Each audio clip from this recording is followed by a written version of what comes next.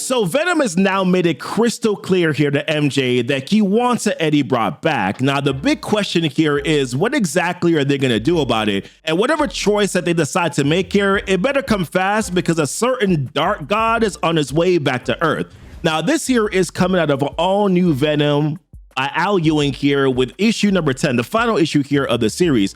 All right, so the last time that we covered this series here was back in issue number 6. So I kind of wanted to do like a quick little 90-second recap to kind of catch you up from there up until this point here. So back in issue number 6 here, we discovered that Venom and Mary Jane, that they didn't just bond by choice here, that they had to bond on a molecular level in order for both of them to survive, which is information here that they shared with Paul and Robbie Robertson.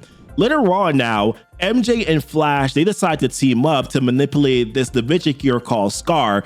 Now, SCAR is a government division here that is focused on eliminating symbiotes here. And currently right now, SCAR is holding Toxin and then also part of the sleeper symbiote here in their North Barrier Island facility. Now, at this time here, Flash is also reluctantly working with SCAR because they wanted Flash to find out who the host for the Venom symbiote was.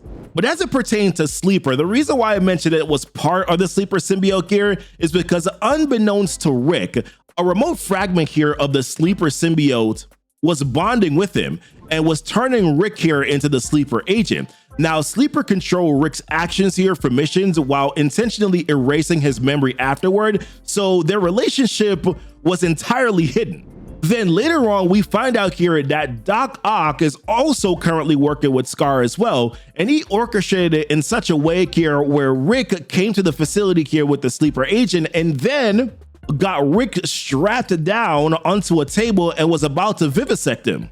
So then what happens here is that later on, Venom, which was the plan all along here to try to find a way to break out the Sleeper and Toxin here out of the facility, out of that prison, he heads over here and then also gets kind of caught here in Doc Ock's crosshairs. And what this leads to here is a little bit of a showdown between Doc Ock and SCAR and Venom and Rick Jones, where Rick and Venom were kind of able to escape here for a little small moment. And they end up going over here to the cell where Sleeper and Toxin were. And at this current point right now, like Toxin is completely weak because he's been separated from a host here for far too long and is basically near death. So what Flash does, because Flash now had gotten to the facility at this point, he suppresses the anti-Venom symbiote just enough though to allow for Toxin to kind of like semi-connect to him here. So basically, Flash is currently with the Toxin symbiote. And because, as I mentioned before, Flash is working with SCAR here, this also provides Flash the opportunity to kind of keep its working with the symbiote to undercover. So then this leads to another bout here between the symbiote, full team gear, the Sleeper agent, Toxin with Flash, Venom, between SCAR, Doc Ock again. They end up winning. Everybody escapes, Rick Jones included. And then this leads to probably the biggest bombshell, where MJ goes over to Paul and then tells him that she thinks that they should break up. And let's be real, this is probably the most satisfying moment here in this entire series so far. So as we pick up here on this particular issue, we see where Flash, Rick, and the Sleeper symbiote right now, they're currently waiting on Venom to show back up here in this like alleyway, tunnel, whatever the case is, right? And Rick Jones just kind of freaking out. He's like, yo, I hope I'm okay. I'm the only one who got unmasked during that little episode here with Otto. And he's wondering like, how long will it be before he ends up in one of Sleeper's old cells? But the way that Flash sees it, he's like, Rick, you're probably the only person right now that's in the strongest position out of all of us. The Sleeper mind controlled you for weeks. So as it pertains to symbiotes, you're kind of just like one more innocent victim to what Sleeper is like, I don't know if I like that tone. But then Flash also brings up this too as well. He's like, and when SCAR found out that you were under Sleeper's control, what exactly did they do? What they did is that they got a crazy supervillain to try to cut your brain open. So on both fronts here, Rick Jones is fine, because the way that Flash sees it is that this is his biggest bargaining chip. But in this moment here, what happens is that the Toxin symbiote decides to like abruptly jump off of Flash. And what Toxin says is like, yo, the anti-venom burns Flash. It hurts no more. So it looks like here, like Flash wasn't able to suppress the anti-venom symbiote deep enough into his system, and that was starting to affect Toxin. So when Rick asks the question, he's like, yo, is Toxin gonna be okay? Sleeper responds back and is like, dude, no, he isn't. What Flash was able to do was able to keep Toxin stable, but couldn't really provide any of the chemicals that the symbiote needs. He'll starve to death in just a few more minutes. So Flash gets this idea. He's like, all right, what I'm gonna do is I'm gonna go over to this convenience store here and I'm gonna go get some chocolate because I know that there's some chemicals in that will help him out. But Sleeper is like, that is not going to be enough. At this point, he is too weak to process it in that form. He needs something that's fresh. So then Rick Jones opens up his mouth, and maybe he shouldn't have, because he's like, there's got to be something that we can do. To which Sleeper is like, yeah, there is one thing, Rick, but you said no, and I respect that. But then what Sleeper says here, like, it kind of hit me in the feels a little bit, because he's like, it's worse than starvation as it pertains here to symbiotes. He's like, in a way, he's like, humans get hungry for simple nutrients, but a symbiote hungers for connection. We're the only species in the entire universe who can actually die from loneliness. But before we can continue with that, remember that MJ just broke up with Paul. And when we pick up on Paul, this man looks distressed.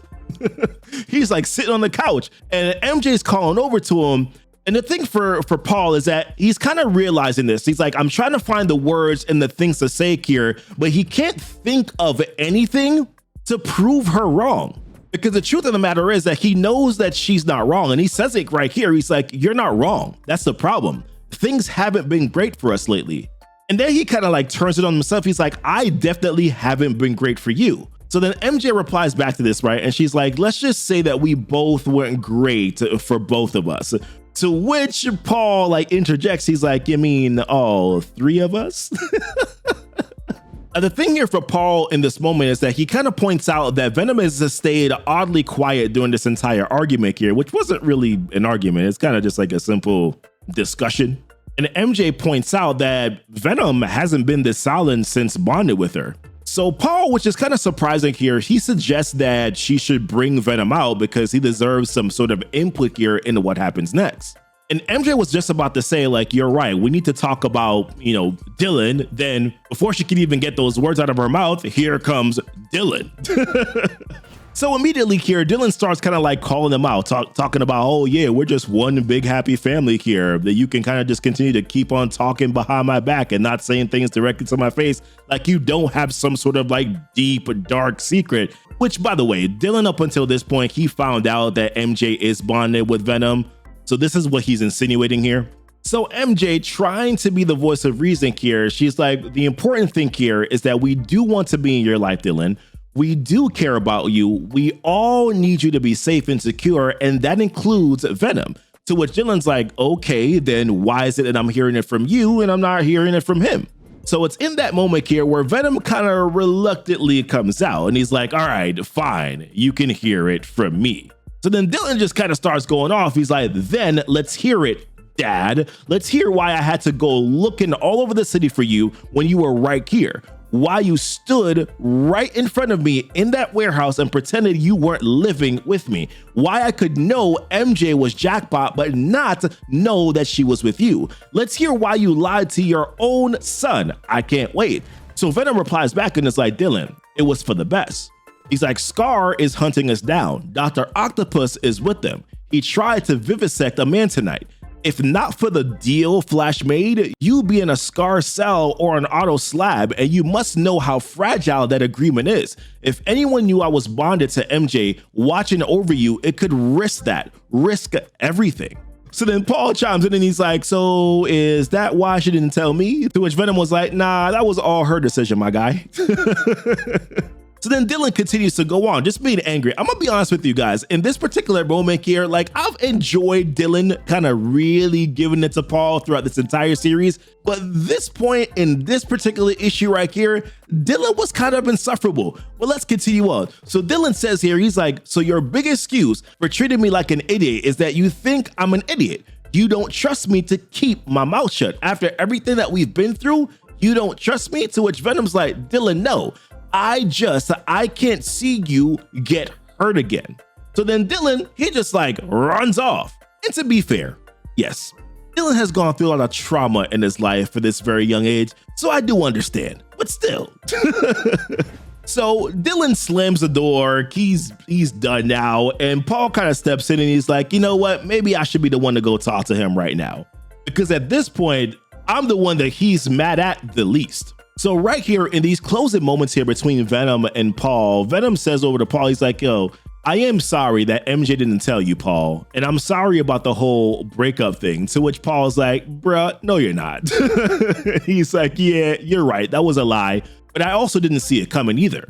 And you did your best to keep Dylan safe. And that means a lot. And for Paul, he's asking the same question that I had here. He was like, you really didn't see it coming. To which Venom explains, he's like, I don't spy on her thoughts. And I wanted this place to be a safe place for Dylan. But that's the big problem, isn't it? To be really safe, he can't be around me. But at this point here, Venom has to go because they do have to go check on the others. And he tells him, he's like, hey, we'll see you later. But as he says this here, he checks with MJ at the same time as they're swinging off. And he's like, that is if this is okay by you, MJ. To which MJ replies back and she's like, maybe it's me running away again, but I think Paul's right. We should give him space to talk Dylan down. But if I wanted to stay, could you stop me? And then she continues on. She's like, the host is in charge, right? That's what you said earlier. To which Venom responds back and is like, I can do some things alone. Initiate a bond, break the bond, present circumstances aside, but even when I took control of Peter's body while he was asleep, to which MJ is like, huh, what?